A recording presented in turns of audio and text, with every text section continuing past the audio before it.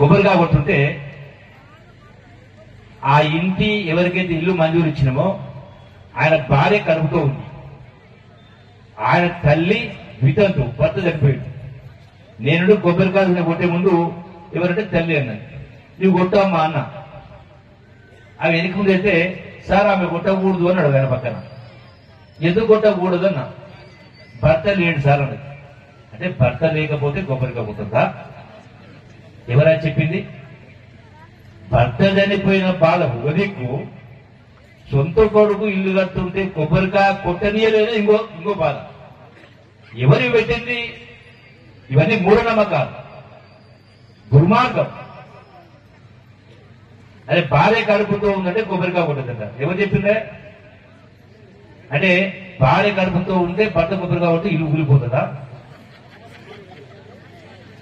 అంటే అందుకనే ప్రతి దాని